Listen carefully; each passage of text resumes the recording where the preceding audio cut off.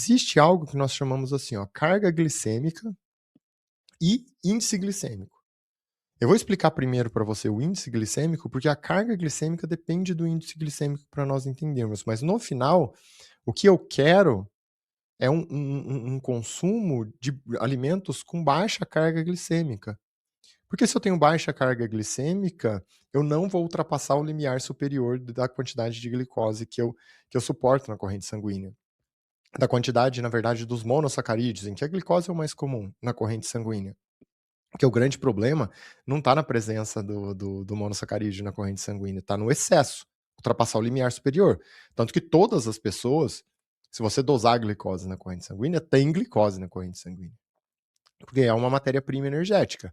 Ah, mas essa pessoa faz dieta cetogênica, não consome nada de carboidrato. Tem glicose na corrente sanguínea também. O corpo tem mecanismos, inclusive, para mostrar ali, para dar uma manutenção nessa quantidade de glicose na corrente sanguínea, porque a glicose tem várias outras funções. Né? Uma delas é manter o que nós chamamos de osmolaridade na corrente sanguínea. Por isso é tão importante.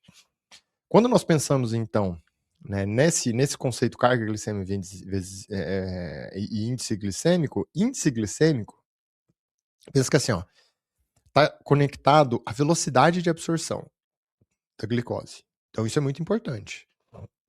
Como eu discuti com vocês, a velocidade que você vai absorver a glicose lá na corrente sanguínea, naquele gráfico, que tem o limiar basal e tem a linha, o limiar superior, o limite superior.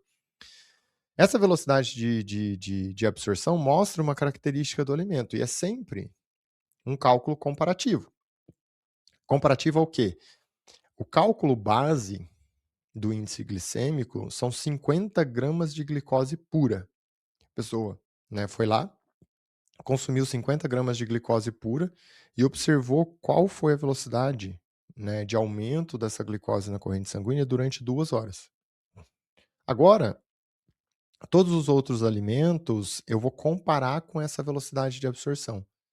E vou fazer um cálculo basal sobre a área desse gráfico.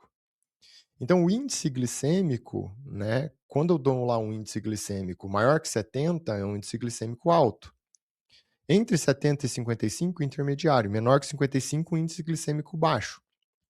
Esse número, o 70, o 55, que é o índice glicêmico do alimento específico, o que significa? Significa, por exemplo, o índice glicêmico de 70 significa que a curva desse alimento representa 70% da curva, né, basal, que é aquela curva da glicose pura, dos 50 gramas de glicose pura durante 2 horas. Então aqui você entendeu o conceito de índice glicêmico, que é a velocidade, né, que eu vou absorver essa glicose ali na corrente sanguínea. E aí eu faço esse cálculo pautado, né, em quantos por cento da curva basal, que é aquela curva que nós usamos ali das 50 gramas de glicose pura que eu observei durante 2 horas ali de absorção. A carga glicêmica, por outro lado, é o índice glicêmico vezes a quantidade de carboidrato absorvível na porção de um alimento. Por que eu reforço o carboidrato absorvível? Porque pode ser um alimento em que existe lá, por exemplo, carboidrato que é absorvível, né, que eu vou passar pelo processo de digestão, vou quebrar, vou liberar glicose, e existe fibra, que é um carboidrato que não vai ser quebrado em tubo gastrointestinal, então ele não vai ser absorvido. Então aqui nós voltamos ao raciocínio da fibra. Quanto mais fibra, melhor. Entendeu? Porque eu vou ter menos carboidrato absorvível.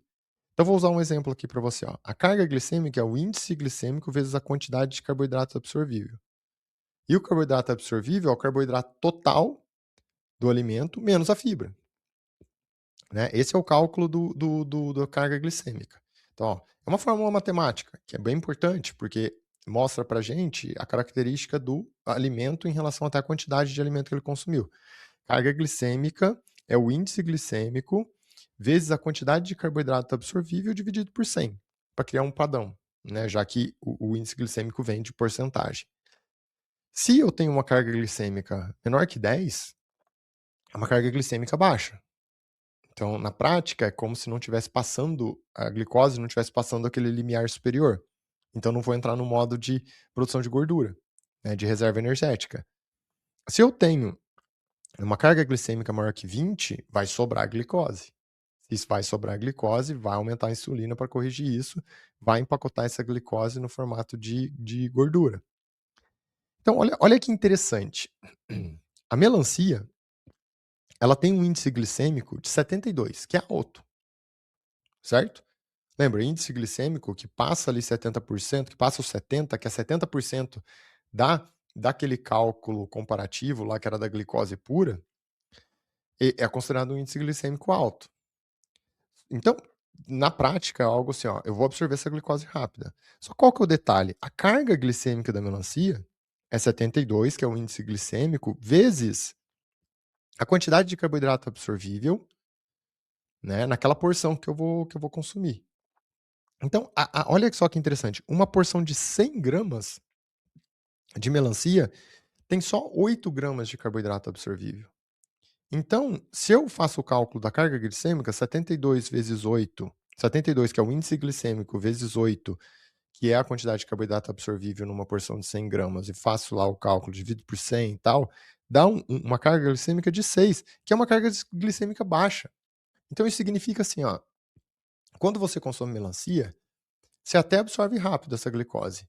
Só que a curva é muito curtinha, ela sobe e já cai. Entendeu? Ela não se mantém alta lá um tempão. Então, a carga glicêmica é considerada uma carga glicêmica baixa. Então, o efeito de fato de colocar o corpo no modo de reserva energética, acúmulo de gordura na região abdominal, provocar processo inflamatório crônico, é muito baixo. Não vai sobrar glicose, não dá tempo.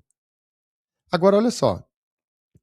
Se eu pego a batata doce, que tem e faço o cálculo da carga glicêmica, a batata doce tem um índice glicêmico de 63. É intermediário, vamos pensar assim, né? Não é maior que 70 e não é menor que 55.